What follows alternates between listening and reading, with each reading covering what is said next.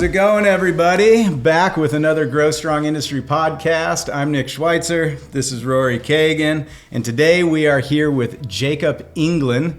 His YouTube channel is Growing with Gold Tooth Gang, and he is another contestant in the GSI Grow Off. How's it going, man? Not going too bad. Thanks for having me today, guys. Yeah, dude, thanks for sitting down with us. We really appreciate it. Yeah.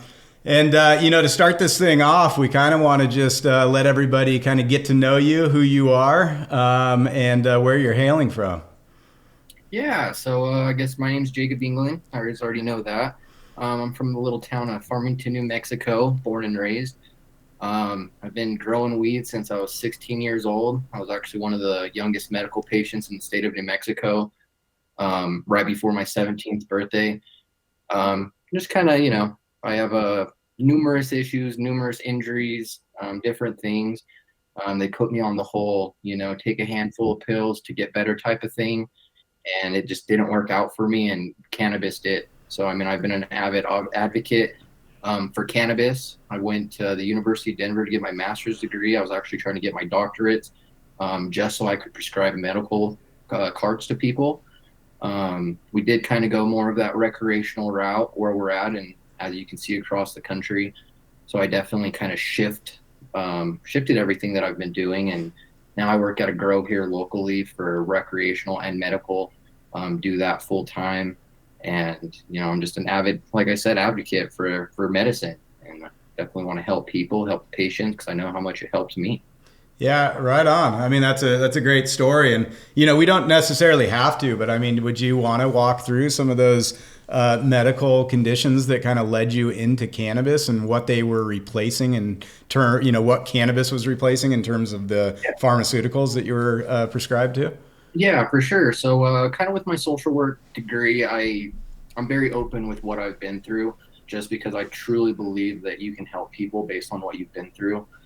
I've been through it, to say the least, from PTSD to broken pretty much every bone in my body above the waist, ribs, collarbones, arms multiple times.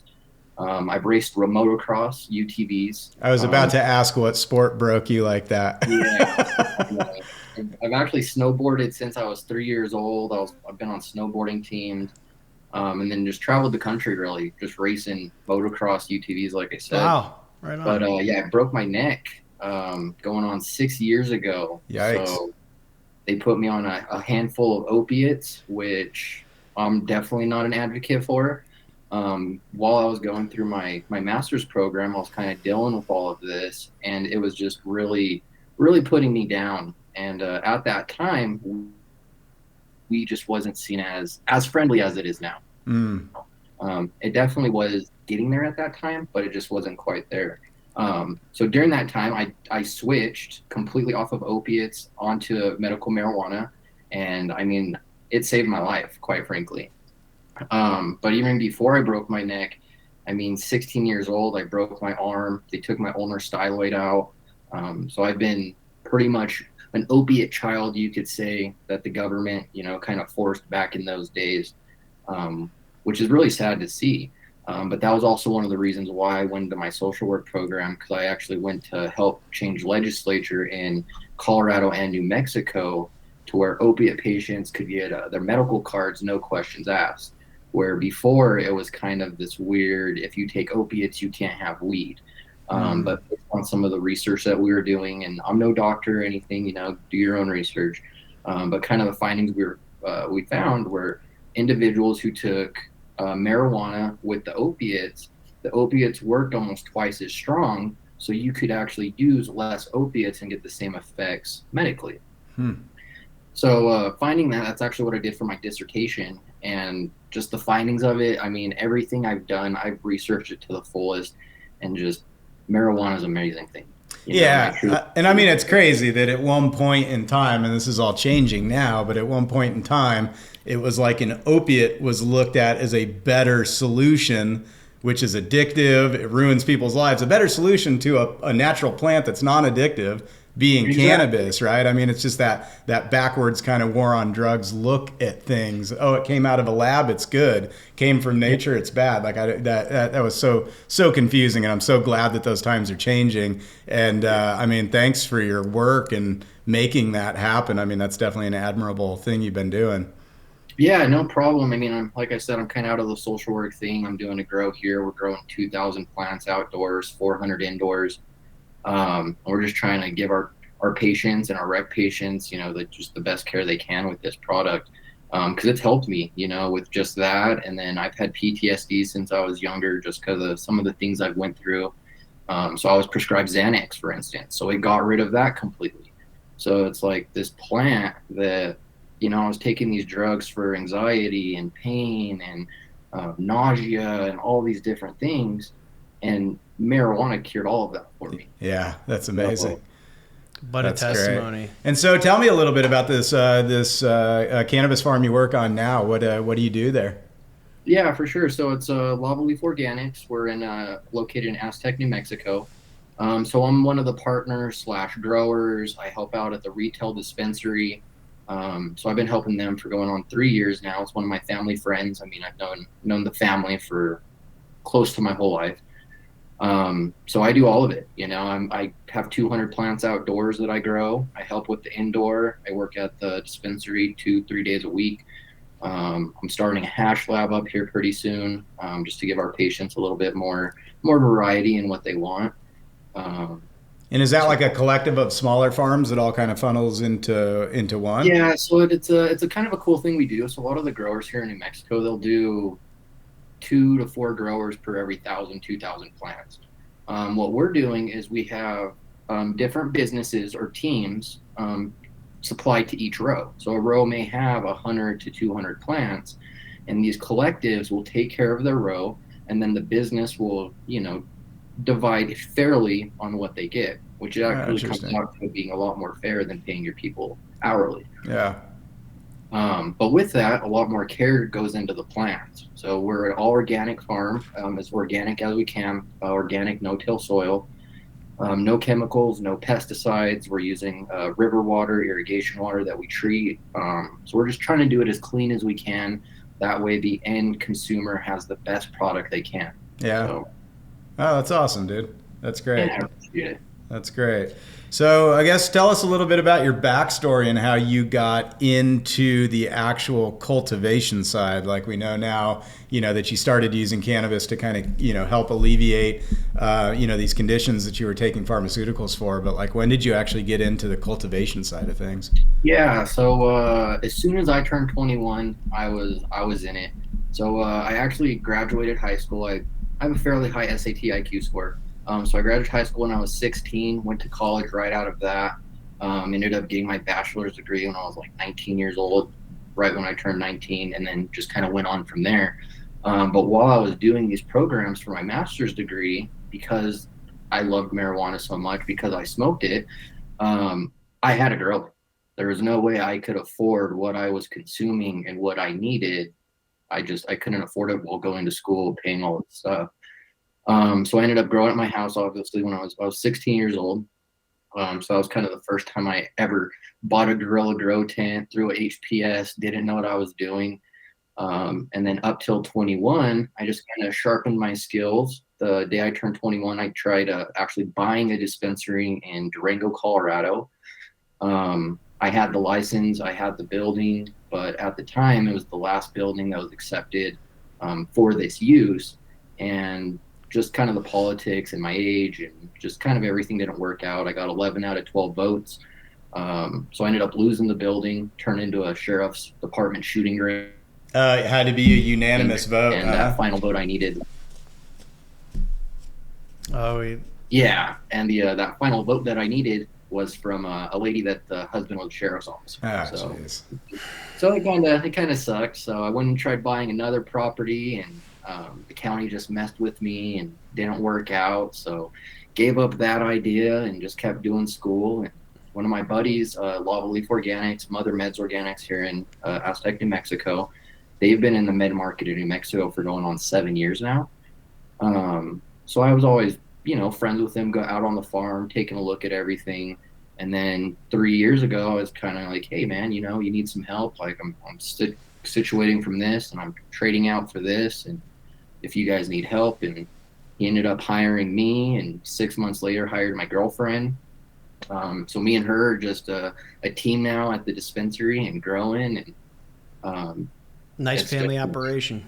Cool. Yeah, so it's been good. And I've been doing a little bit of hemp work here and there too since I was 21. So 3 years there, I was working on a 40-acre farm growing hemp for CBD. And 3 years ago, we started getting into like the CBG, CBN type of thing. So that's a lot harder market to say the least. So Yeah, yeah, especially the last year and a half has been yeah, pretty tough in that market. So you graduated high school 2 years early and college 2 years early?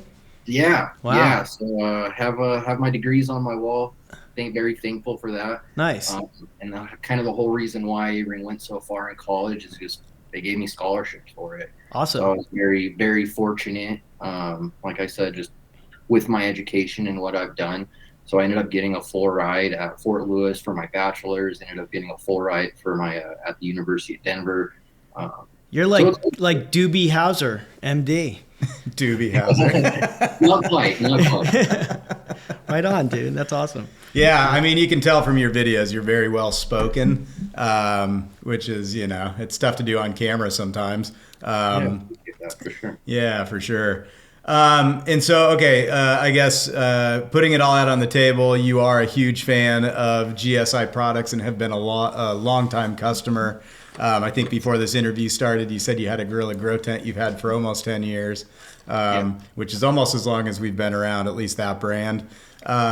So I guess, you know, tell us about your experience with GSI products. Typically, we ask all of our interviewees what their first impression was when they got the box, like, and opened it up and compared it to all their other past growing equipment.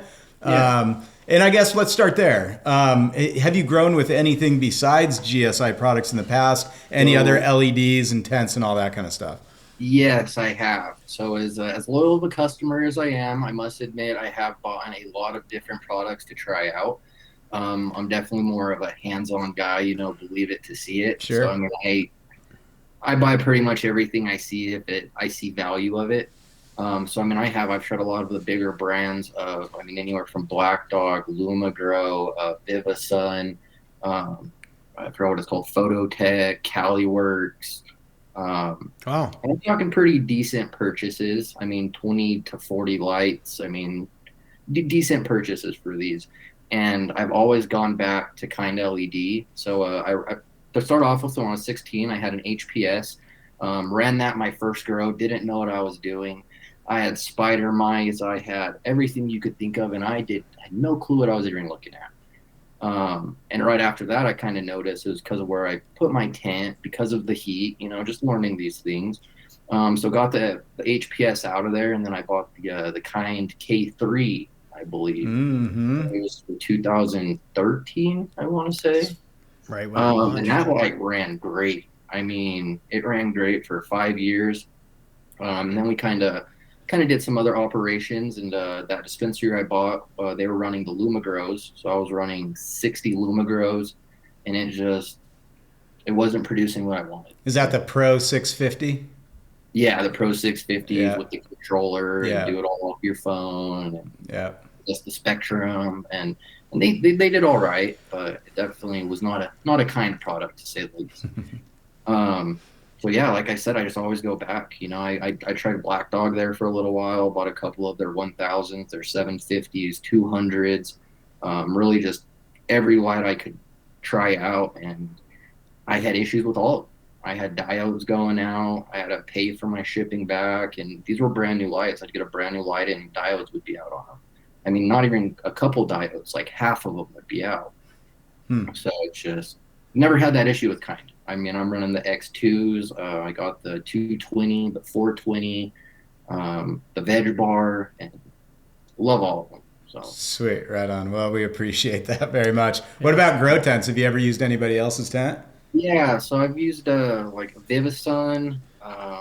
There was one other brand, I can't name it off the top of my head, but it was not a good brand, to say the least. Just compared to Gorilla Grow tents, the strength of it, the thickness of everything, the zippers, issues you wouldn't really think about, Gorilla Grow tents definitely solved. Because on the other tents, I've had zippers rip, just slight little gashes. Sometimes you drop your scissors or whatever, and the scissor would rip the tent. That does not happen with Gorilla Grow tent. That's why I've got a 10-year-old tent in my garage using as a hanging room, because it's perfect. Yeah. So nice. Yeah, and I guess, for everybody out there, I guess it should be stated that, as we interview all of these contestants, we continue to hear the same things over and over and over, which is gushing reviews on the products. These are 100% unsolicited feedback on our products, I swear to you. Yeah, they're not telling me to say this. Yeah, because I know there's going to be people in the comments that are like, "Oh, these guys are shills for the company and everything else," but they're not. All right, I mean, a lot of them found the contest because they were already fans of the products.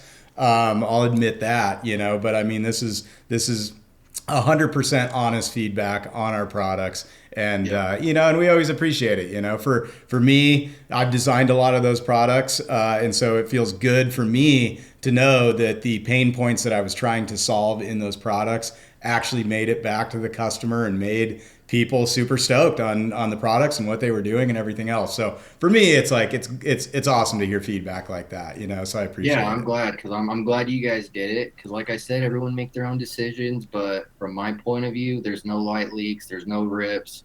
You pay for what you get in this case, Yeah, So. Yeah, that's it for sure. Right on. So what was your reaction when you actually got word that you had been picked for the GSI Grow Off? So I was definitely stoked. I was super surprised, kind of with all the endeavors I'm doing and the Grow and Hash Lab and all this stuff. I'm definitely a super busy guy, so I was a little bit shocked that I got accepted, but I was super ecstatic. So, like I said, thank you guys for letting me part of this. Just it's an awesome thing you guys are doing, just to show it, because I believe truly that everybody should be growing their own weed. And, I work at a dispensary and grow weed there and whatever, but I think everybody should have a little tent in their garage or wherever, and they should have the access to their own supply. You know where it's coming from, what's on it, if there's mold or whatever, and I don't know. Yeah, and we've talked a lot in these interviews about, not just the final product being the medicine that you're consuming, but the actual gardening being a very therapeutic medicinal side of it too, right? I mean, 100%. Being able to interact with the plants and enter the garden, like what that can do for stress levels and everything else. It's like growing it in its own right is a very therapeutic side of it. Yeah, I would have to agree 100%. Because like I said too early in the conversation, me and my girlfriend got into this, and we're inseparable. We can't be separated. We're in the farm all day. We're in the grow tents at night. And it's like, for both of us, this is just it's what makes us happy. And not only that, but it brings us closer in our relationship. She's got her tent and I got my tent. We get kind of competitive with it. I was going to ask if there's any competition between you. Yeah, for sure.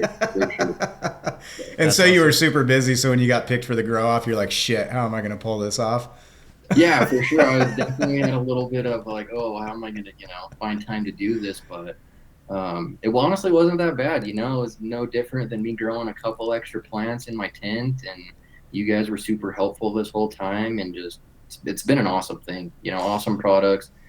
First time using Lotus nutrients, and that was just an all-around great product to use. Doing the full organic no-till living soil is not very easy.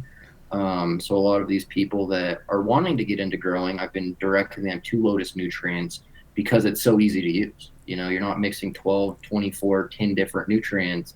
It's 3 to 5 things that you got your little thing, you pour them in there, you shake it up, and you're good to go. So since you're so intimate with organics and no-till and everything, which is, obviously it's a great side of the industry that I wholeheartedly support, but for us as a company, fertilizer salts have their place in the industry, right? Yeah, for exactly what you're saying, ease of use and everything else. But I guess since you are so intimate on that organic side, can you tell us a little bit about the differences that you notice in organic versus Lotus?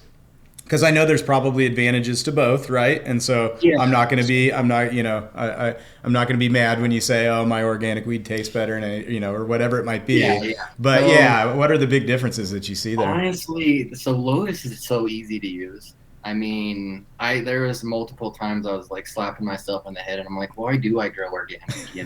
Why do I not switch over to salts? Like, this is so easy. Why do I put myself through so much extra pain and effort to grow organic when this product's here? And honestly, my answer is just I don't know. I'm an organic guy, and I'm not a salt advocate, but I love Lotus nutrients. I know that kind of goes hand in hand. It's an oxymoron, but I definitely got a tent running Lotus right now, and I got my 4x8 going organic, no till. So I'm going to smoke both. I'm going to press both of them into rosin. It really just comes down to ease of use, what you're doing, cost benefits, kind of things like that. But from the organic side, in my opinion, I would say it does taste a little bit better. Just that kind of trichome structure is a little bit different. It's almost like I can see the salts on the other bud compared to the organic bud. I don't know if that's true or not. I'm just going off of what I've seen.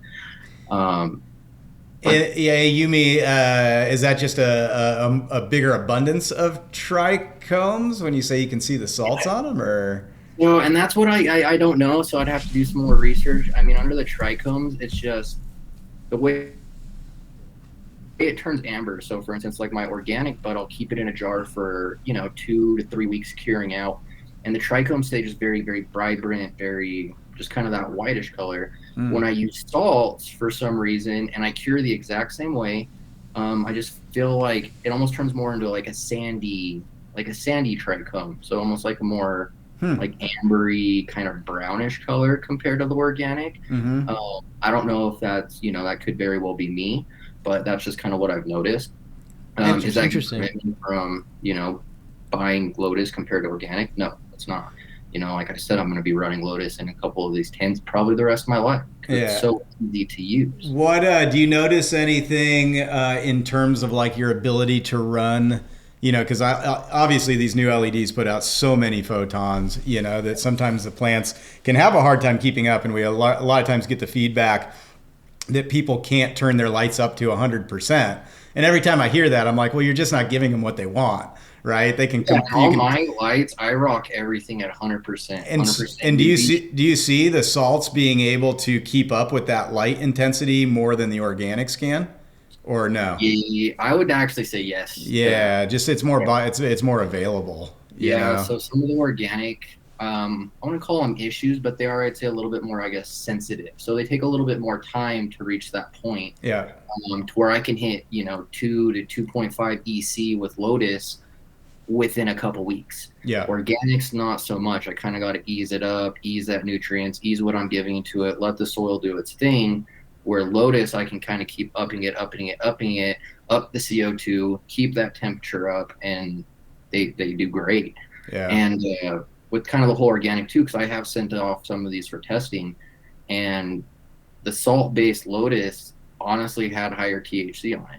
A lot of the organics had higher terpenes. I mean, I'm talking a % difference. So the highest I got was like a 4.96 on terps, which is pretty decent terps. But that was with the organic, where the exact same strain grown with the exact same light. I think it was like 2.9. So it was almost a 2% difference. And all that was difference with the nutrients. So a lot of this I've done off camera, but I don't know. Like I said, I like the product. I love Lotus. Like, it's just the ease of use. I'm recommending it to the people that are getting into growing or just don't have the time to mix all their stuff and do what they're doing. Sure. So, sweet. Right on. Have you ever used any other nutrient or fertilizer salt-based nutrients? No. So, like I said, I've kind of just been all organic before that. Yeah. But I was very interested, and that's why this competition kind of reached out to me, and I was interested too, because I was kind of like, I do want to try something else, but I didn't want to go with the typical, Athena, blah, blah, blah. That's not what I was wanting to do. But then you guys just it looked like a great product, and how you guys just advertise it and all being derived from natural kind of things, that really mattered to me too. So. Right on.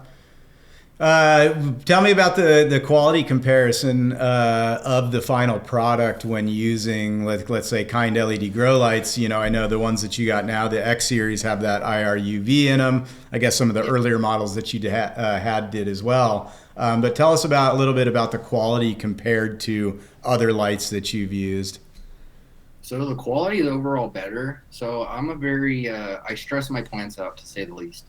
So, I mean, I crank my lights up, I get my temps up, I drop them low. It's like, I don't want a plant or a cultivar that can't handle where we're at. Yeah. Because where we are located, we have, highs of 95, 102 during the day, and it'll drop to 40 degrees at night because we're in the desert. Sure. So a lot of these plants that we're growing, I high stress train them. So if they don't kind of make that cut, then they're out. But with the Kind LEDs, because I do have the controller for the X2, and then also with the X's, they have the controller on them. It's nice to be able to adjust them and hit that full intensity to get them where I want, to kind of stress train them the way I want to get them where they need to be. And a lot of the times when I do get these high stress plants that do survive the cut, don't pop pollen sacs, don't do any of this crazy stuff, the quality is just amazing. I mean, you can see the pictures, you can see the trichomes, you can see the colors in it. And I truly believe that is because of the high intensity stress that's being put on them, as, THC is a defense mechanism that the plant's creating to absolutely do this. So. Yeah, absolutely. Right on. I guess let's get into your grow a little bit. So obviously you're growing the Skywalker OG. Yeah. As everybody was. And it's been super interesting to kind of see how the contest shook out and to see the different characteristics that everybody got out of that same seed. Yeah. Just the difference between the phenos is pretty wild. Yours, honestly, your final product had the most OG look to it. And you had super beautiful fall color in that tent. Like at the end there, that tent was, that was gorgeous. It was absolutely gorgeous. And that's kind of my little twist that I put on my grows, and that's because of the high stress, honestly. Mm-hmm. It's the high stress, it's the watering cycles, and I like to flush my plants a lot. Mm-hmm. That's where you got all that fall color. Flush a week. Yeah. So I actually flush 3 weeks before I'm planning on cutting down, and that gets me there because I'm taking all nutrients, out of the soil. So it's just fighting for whatever it can. And I've kind of found that while doing that, the THC kind of goes up, those colors pop out. Obviously, you got to be careful because you can definitely kill your plants or you can mess some stuff up. But if you find that nice little zone I found, you can definitely get some gorgeous buds, high THC. Because, for instance, a lot of the strains that I'm sending off right now for our dispensary, the last 4 I've sent off were all in the 30s. Yeah. Wow. I didn't send the Skywalker OG off, but the highest test I have right now is a 31.8% on my apples and bananas, and everything else behind is within 0.4% off. Wow. Yeah, it's a crazy knife's edge that you're trying to run there, right? That is, to get those secondary metabolites going, you're basically telling the plant, like, you're about to die. Yeah, like, you need to go, you need to go, you need to go, you need to grow, you need to, have all these defense mechanisms kicking off. And so it's a really weird kind of fine line that you run there. Yeah, very, very fine. Yeah, but man, walking it well. Flushing for 3 weeks. I think you win the prize for longest flush that I've ever heard of. Yeah, and I've been doing that the last just couple years. Yeah, because I've done different ones. I've put newts in it all the way till the end. I've put newts in it a week before, 2 weeks, and that 2.5, 3 week range, just the flavor and the taste and the smoothness of the bud. When you smoke it, you don't feel it in your lungs. It's one of those joints you can smoke half of it and not feel.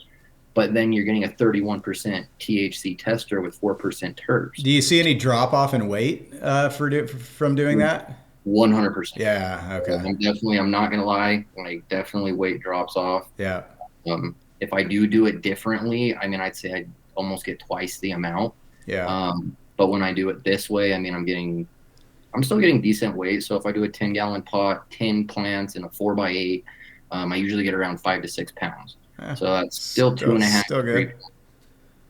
Yeah, and I mean, and when you're, I mean, look, when you're growing at home, and especially when you're growing your own medicine, what would you rather have? More of something that doesn't smoke as well, Exactly. and is as strong, or do you want like super quality medicine? Because Exactly. typically somebody gets out of a 2x4 tent more than they're going to consume before their next harvest anyway. Exactly, and that's So where the whole bubble hash, and that's why I'm getting a hash lab made because my garage adventures have turned into what I can now make a company out of. yeah, So, yeah. uh, Nice.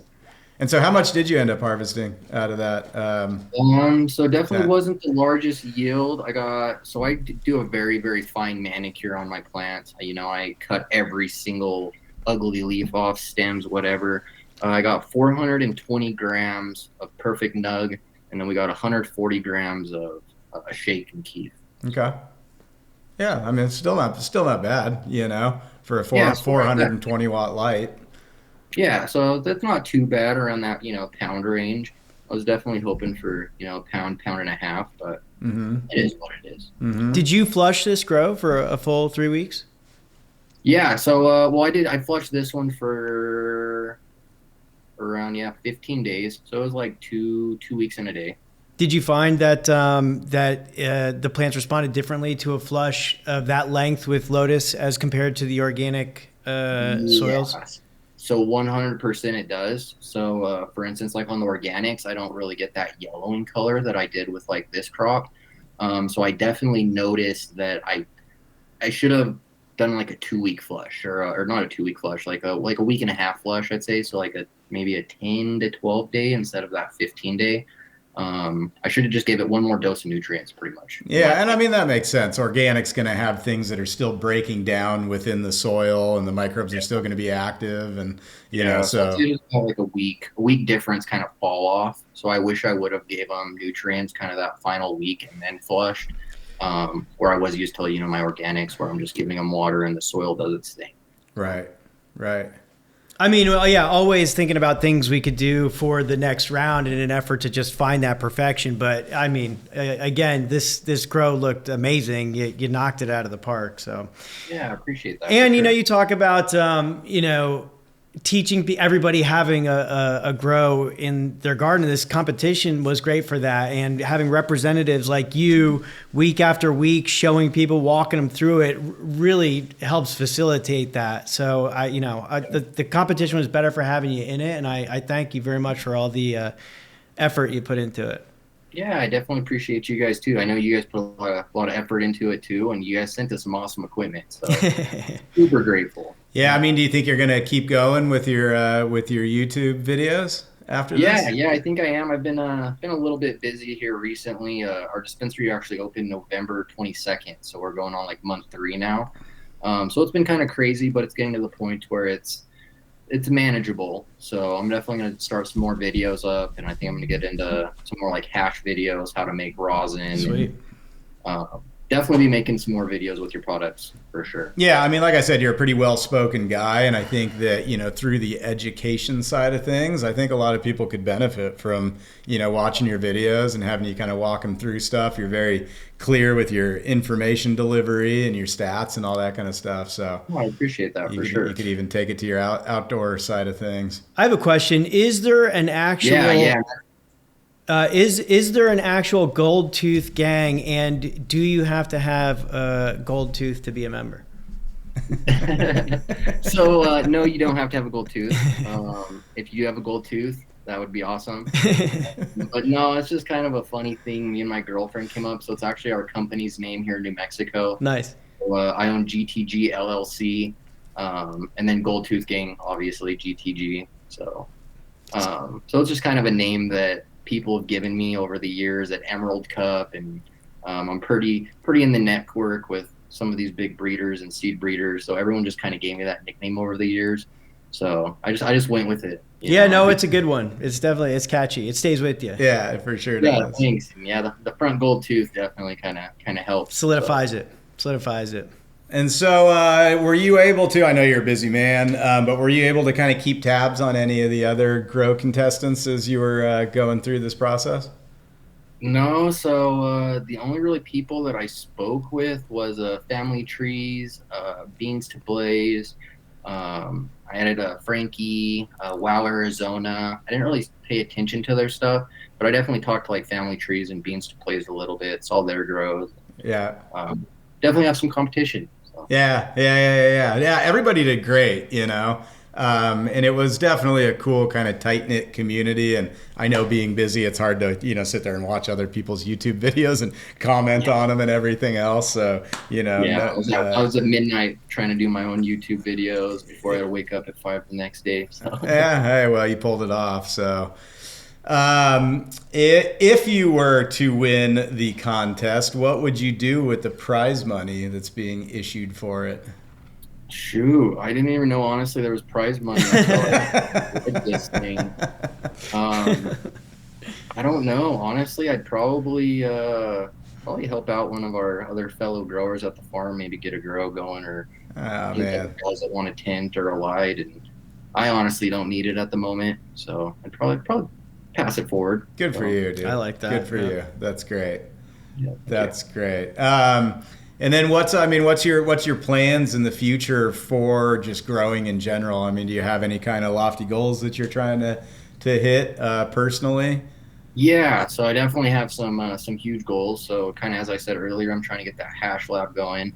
So this upcoming summer, I got my little spot growing my 200 plants. And then I'm kind of a genetic guy, so I travel the country to find my genetics. I mean, I've got stuff from the last 10 years that, 1 or 2 seed packs exist. So I'm a very avid seed collector. So I really want to get genetics out on the market under my company's name. Yeah. Just because they're proven. A lot of these genetics I have, like I said, are testing out at 31% continuously. So like the last outdoor we had, I grew, I think it was like 200 pounds. And out of all of that, the lowest was 29.9% THC outside. The highest was 31.6. So Damn. I want to be able to push some of these strains out that are medicine that I know people like me that have the higher tolerance that need that more higher THC just to be accessible to that medicine. So I really want to push that forward and just help people out, honestly. I mean, that would be good YouTube fodder, the hunt for new genetics and going and finding these elusive packs that only 2 exist of them. I mean, that's honestly, it's kind of the stuff that people would eat up. So you might want to consider putting that on there. I find it comforting that these rare strains are landing with you because I know they're in good hands and they'll continue to exist. That's awesome. Yeah, because I've been trying. I'm part of a lot of these NFT clubs with like exotic genetics, compounds, cipher, cookies. So if I can get my hands on anything that's rare, I mean, I'm doing it. Nice. So. Right on. Let's back up one more step back to the contest. What were your impressions of the final product, the way it smoked, just kind of like an overall impression? I mean, ultimately, we would have loved to have gotten all the contestants into one spot with a bag of their final product and passed it around and everybody judge on that. Coming out of COVID and whatever else, it wasn't able to happen. But what was your impressions and the impressions of anybody else that you shared that medicine with? Impressions have been great across the board. So like I said, I'm an organic grower, but I got a couple tents behind me growing Lotus now just because of how easy it is. I don't have to, come home and worry about mixing everything and doing a 24-hour brew. I've got a couple plants that I know are going to grow for the next couple of months, and it's going to be a good product. The overall quality, the smoke, the smell, all of it was amazing. I mean, I would say, like I said, I'm an organic guy, so whatever, but it was smooth. I mean, the Lotus, it was definitely smooth. The way I flushed it, in my opinion, you couldn't even tell that it was salt grown. Mm-hmm. So a lot of these other people that I gave it to or let try, they even said the same thing. They had no questions that I even grew with salts. They just thought it was an amazing product, and that was kind of it. So it was kind of a good feeling to have, honestly, that something kind of so easy to use. And so just, I don't know. Like I said, you guys created a great product. Yeah. Thanks, man. Thank you. And then one question that I forgot to ask that I've been asking everybody is if you had to pick someone else in the contest to be the winner from what you've seen. I know that you haven't had a ton of time to check out people's grows, but you obviously know that people, a lot of other people crushed it. Who would you pick to be the winner of this contest? I would definitely say family trees. I really like what he's doing with the whole Canadian market and kind of the love he's sharing with all of them. Yeah. Even what he's continuing to do with his channel. Yeah, I he think just got nominated for like a best influencer award from the Canada Expo or whatever that's Yeah. going yeah, on. and that's so cool. Canada's a little bit behind where America is. Yeah, So yeah. to see someone like him pushing, the status quo and standing where he is, I mean, it's awesome. So um, that's definitely where my vote would go. Right on.